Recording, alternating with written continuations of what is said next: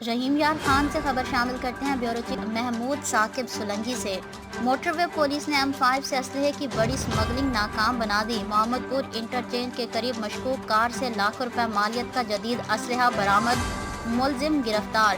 ناکامی پولیس کے حوالے کر دیا۔ DIG motorway police Muhammad Saleem نے افسران کی حوصلہ افزائی کی۔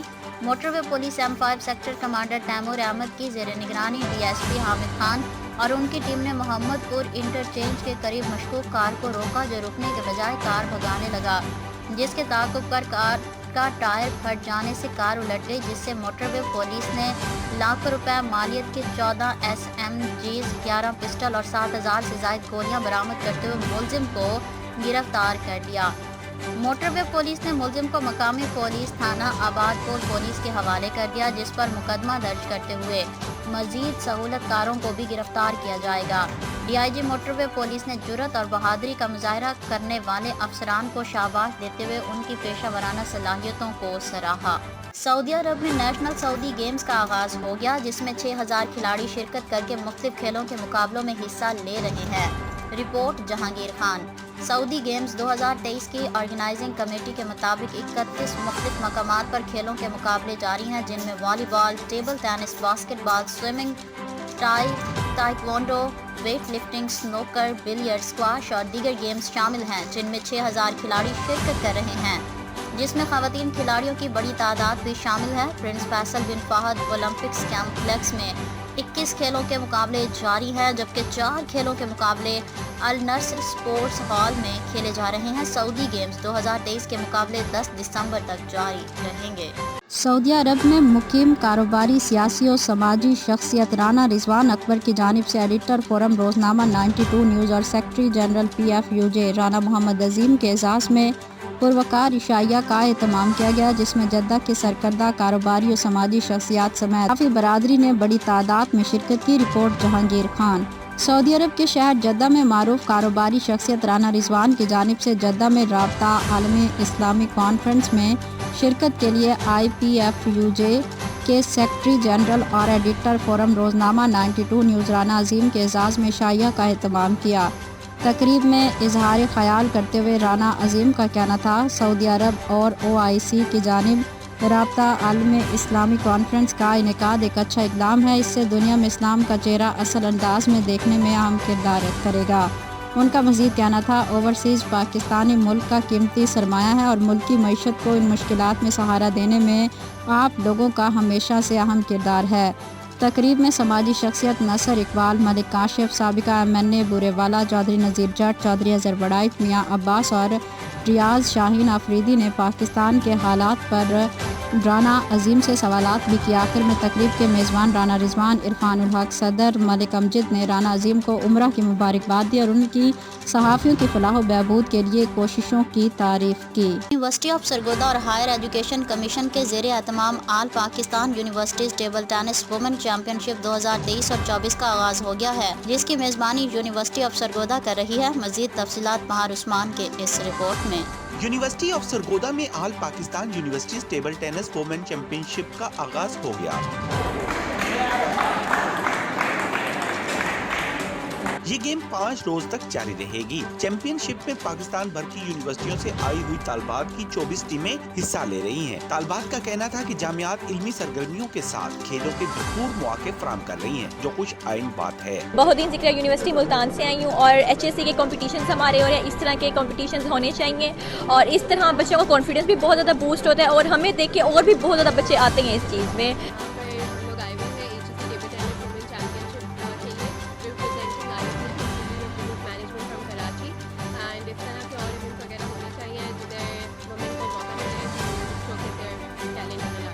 افتتاحی تقریب سے خطاب کرتے ہوئے vice chancellor university of Sargodha professor doctor کیسر عباس نے کہا کہ اعلیٰ تعلیمی ادارے بالخصوص جامعہ سرگودا جہاں جدید علوم اور ایجادات و دریافت پر توجہ دے رہی ہے، وہاں کھیلوں کے نئے میدان بھی آباد کر رہی ہے۔ طالب علم سمارٹ فون سے باہر نکل کر کھیلوں کی سرگرمیوں کے لیے اپنے آپ کو وقف کریں، کیونکہ ایک صحت مند جسم ہی ایک صحت مند دماغ ہوتا ہے۔ چیمپئن شپ میں ٹیبل ٹینس کی بچیوں کی اور پورے پاکستان سے، سندھ سے، بلوچستان سے، KPK سے، پنجاب سے، فیڈرل گورنمنٹ سے تقریباً 25 کے قریب یونیورسٹیز کی ٹیمیں یہاں پہ آئی ہوئی ہیں اور یہ انشاءاللہ مقابلہ جات جو ہیں 5 دن جاری رہیں گے.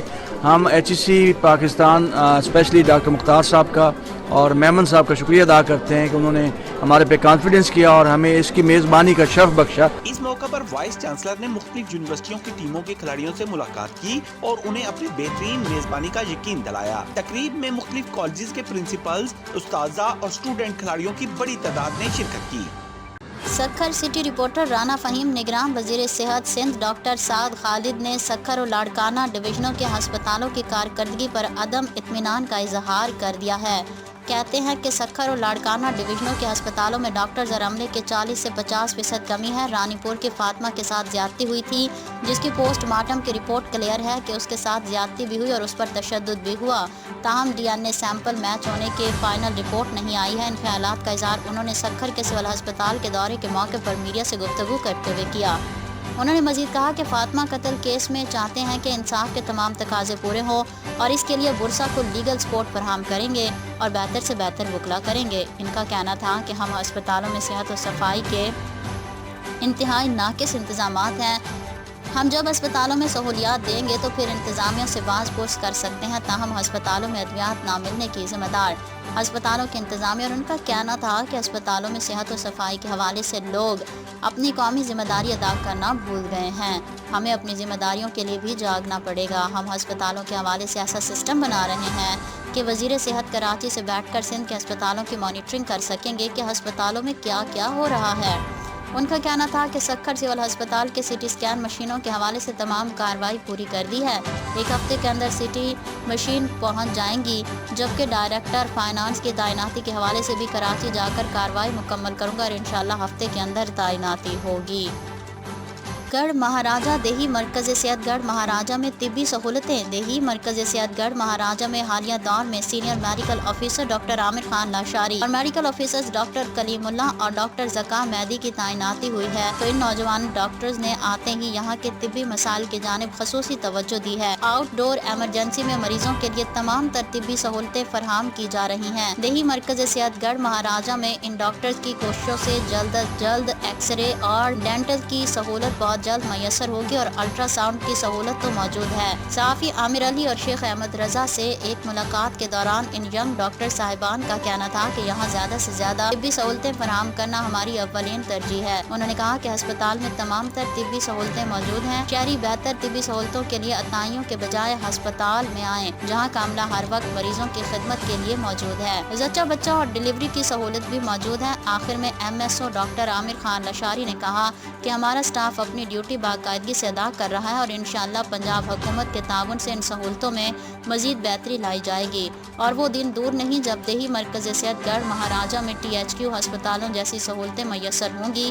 اس موقع پر انہوں نے کہا کہ آپریشن تھیٹر کے لیے تمام تر کوششیں جاری ہیں اور بہت جلد یہاں آپریشن تھیٹر فنکشنل ہو جائے. نمائندہ اپ نیوز فیصل اسلم چودھری کی رپورٹ کے مطابق کوٹ رادھا کرشن چوکر میں ملاوٹ کرنے والے ایک گروہ پکڑا گیا ہے. بے زبان جانوروں کی صحت و تحفظ کو یقینی بنانے کے لیے تمام SOPs کو استعمال کرتے ہوئے پولیس نے کارروائی کرتے ہوئے معاشرے کے ناصوروں کو عبرت کا نشان بنایا، جو عرصہ دراز سے 2 نمبر چوکر کا کاروبار کرتے تھے، جو کوٹ رادھا کرشن کا مشہور و معروف شفیق نائی ہے.